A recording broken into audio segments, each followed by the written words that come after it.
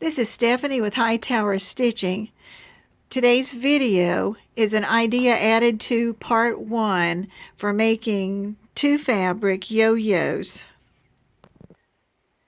Here's my completed project from the first video where I put the circles together and then stitched down the center and made my yo-yos, and I just made it into a hanging. I added a little chain at the top with 2 safety pins and left it to hang on the door.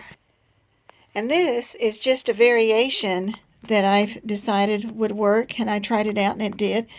And it starts with using 5-inch squares or those already pre-cut charm squares. These were a few I had left.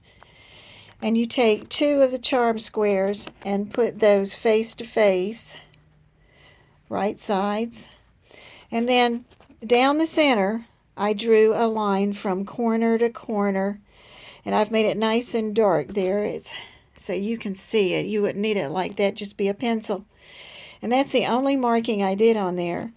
And then I went to the sewing machine and I did a scant 1/4 inch to the right of the black line, turned it around, and I did a scant 1/4 inch next to the black line on this side.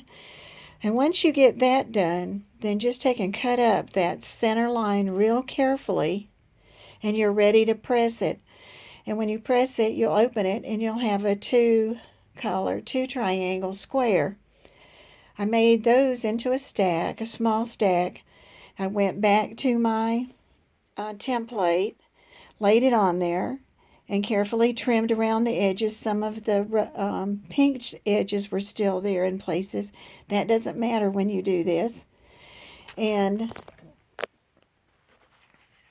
when I got done with that and opened it up, I was back to the same place, but it seemed easier to do it that way than cutting out the circles and then doing the lines. And it's just something, whichever way you'd rather do it.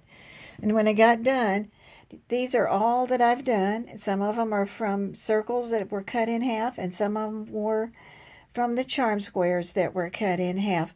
But that gives you another way that might be easier for you to do this project. This is Stephanie at Hightower Stitching. Thank you for watching.